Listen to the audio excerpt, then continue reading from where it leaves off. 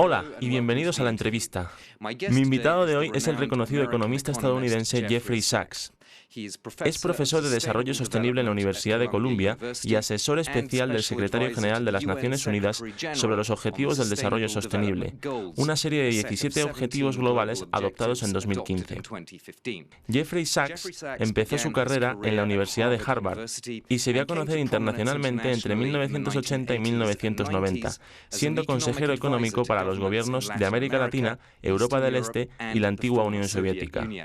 El profesor Sachs es un prolífico comentarista y autor cuyo último libro es Una nueva política extranjera, más allá del excepcionalismo estadounidense.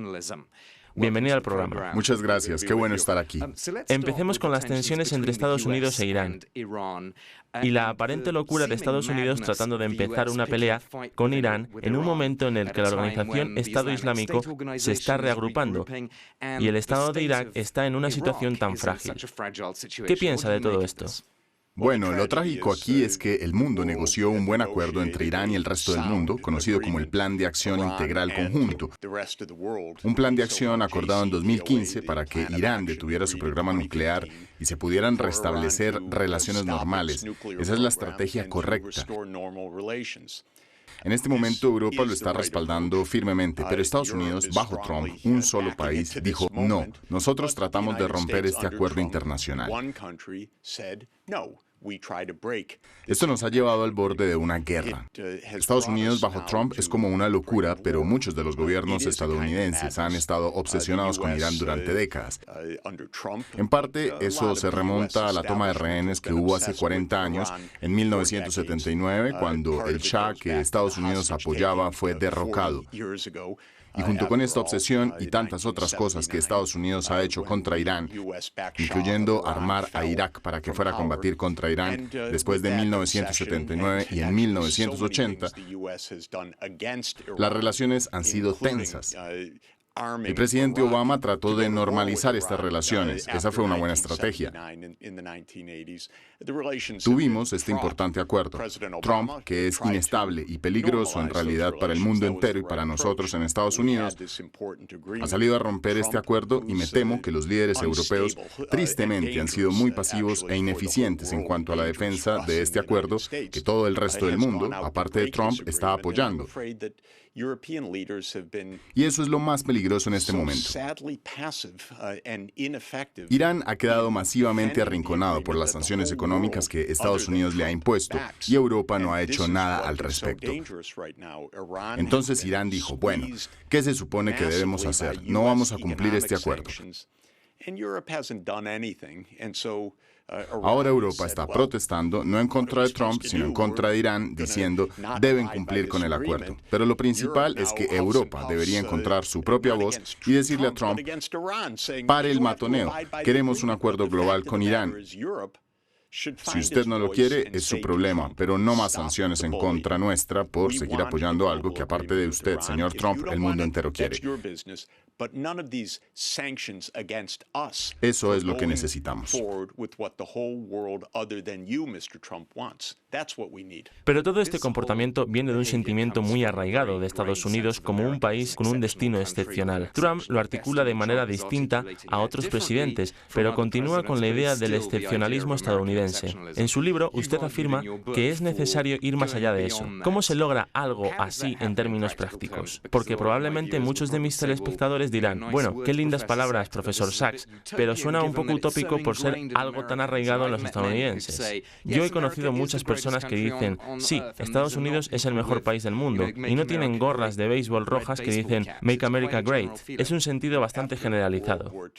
Después de la Segunda Guerra Mundial, cuando Europa quedó destruida, cuando la antigua Unión Soviética quedó completamente destruida, cuando Asia estuvo en guerra, Estados Unidos era el único superpoder en pie. La dominancia de Estados Unidos era absolutamente excepcional en esa época. Durante el periodo de la Guerra Fría, Estados Unidos dominaba a nivel económico y tecnológico, aunque había dos bloques con armas nucleares que podían destruir el mundo. Pero Estados Unidos se creía sus propios eslogans. El siglo estadounidense, nosotros mandamos, la nueva Roma y todo eso. Esas son ideas que pasaron de moda. Creo que afortunadamente el conocimiento tecnológico se ha expandido por el mundo. China, por supuesto, se ha convertido en un importante poder preeminente junto con Europa y Estados Unidos. Necesitamos una nueva realidad para hacer las cosas. Pero en la clase dirigente de Estados Unidos está la idea de la primacía de Estados Unidos, de que debemos ser un poder hegemónico y de que podemos decidir lo que queremos hacer. Si queremos entrar en guerra con Irak, está bien. Si queremos romper el plan de acción integral conjunto, está bien. Si queremos ser el único país en retirarse de los acuerdos de París sobre el cambio climático, está bien. Es un poco loco cuando se es el único en contra de los demás 192 miembros de las Naciones Unidas. Lo que le estoy diciendo a los estadounidenses principalmente es, miren, no está funcionando. Hemos participado en guerras fallidas una y otra vez. Estamos gastando trillones de dólares en Irak, en Afganistán, en Siria, en Libia. Ha sido desastre tras desastre. Este excepcionalismo es autodestructivo. Ahora lo estamos viendo con el tema del cambio climático. Estamos al borde de una guerra con Irán. Piensen, no podemos entrar en ese juego. No tenemos razón en lo que estamos diciendo. No somos lo suficientemente poderosos para hacer todo esto. Pero lo que me decepciona, francamente, es que las costumbres a las que me refiero no son solo las malas costumbres de Estados Unidos, sino que somos como la política exterior de Europa. Europa necesita una política exterior que se sostenga por sí sola para reflejar una Europa democrática y socialmente incluyente, que es lo que Europa representa en el mundo. Y una política así no puede simplemente estar de acuerdo con Estados Unidos, pero ha tomado la costumbre de decir, ok, si Trump está diciendo esto, nosotros mejor no opinamos demasiado. Y eso no es algo sensato en este momento. Tenemos un bully que está yendo en una dirección absolutamente equivocada y el resto del mundo debe decirle no a ese matoneo. Lo que usted está diciendo realmente implica un cambio masivo en la educación en Estados Unidos y en lo que le enseñan a las personas en los colegios, y también un cambio en toda la corrupción del sistema político, es decir, en el complejo militar industrial, que está haciendo dinero con las guerras en Yemen, etc. Usted está hablando sobre un cambio muy profundo.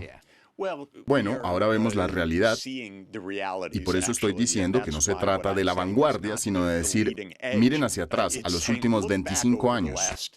Desde Afganistán, por ejemplo, en 2001. Sí, es posible remontarse hasta Vietnam, cuando Estados Unidos retomó la guerra imperial de Francia, una guerra que Francia fue lo suficientemente inteligente para abandonar y Estados Unidos retomó.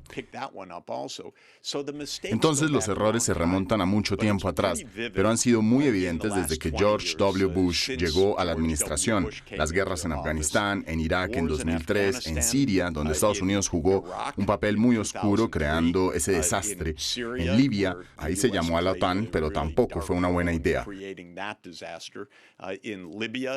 Ahora estamos tratando de rescatar pedazos de todo eso. Ahora la situación con Irán, creo que es bastante evidente.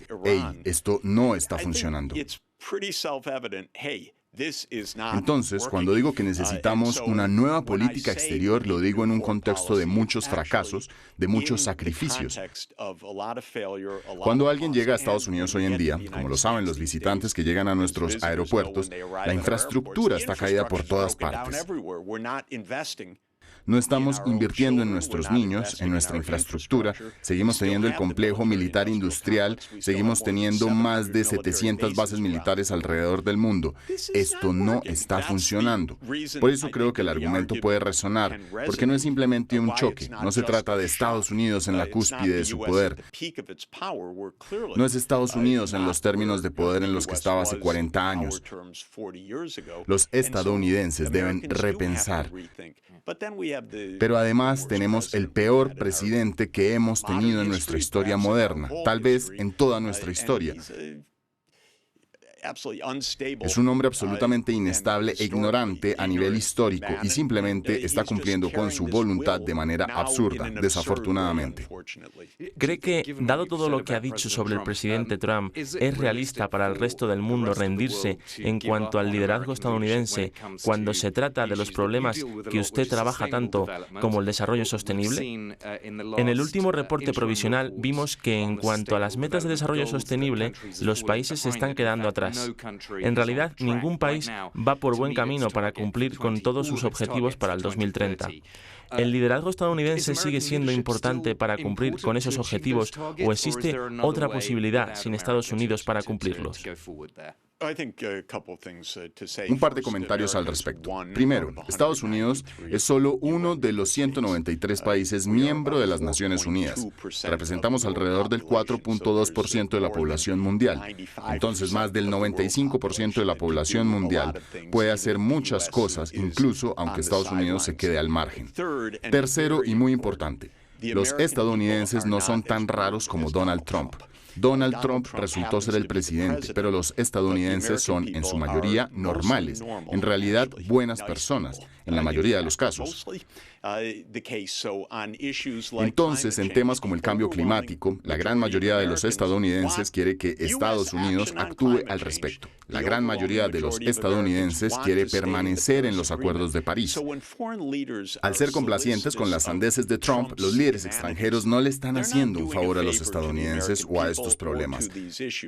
Decir de manera muy clara, el cambio climático es importante y es absolutamente inaceptable que Estados Unidos sea el único país en el mundo en retirarse de los acuerdos de París sobre el clima. Es una ayuda mucho más grande que decir, bueno, no vamos a decir cosas feas en la cumbre del G7 durante el G20. Vamos a ser educados. No queremos una confrontación, un acontecimiento. Eso no ayuda. Eso es un bully saliéndose con la suya. Eso no resuelve ningún problema.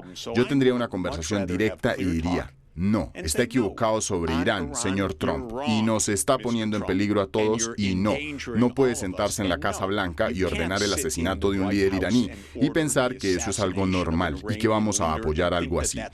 O sobre el cambio climático, no. O sobre eliminar las ayudas para el desarrollo, no. Yo preferiría que haya conversaciones directas porque necesitamos una estrategia globalmente inteligente, coherente y cooperativa, porque tenemos problemas masivos. No debemos simplemente acobardarnos cuando Trump dice, los voy a sancionar si no hacen lo que yo digo. Hay que llamar las cosas por su nombre. Matoneo inaceptable que va en contra del Acta Constitutiva de las Naciones Unidas, en contra de los intereses de Europa y en contra de los intereses del mundo. Ya se nos acabó el tiempo, pero muchas gracias por esta discusión tan interesante, profesor Sachs, de la Universidad de Columbia. Eso ha sido todo en esta edición de la entrevista. Sigan con nosotros para más información en France 24.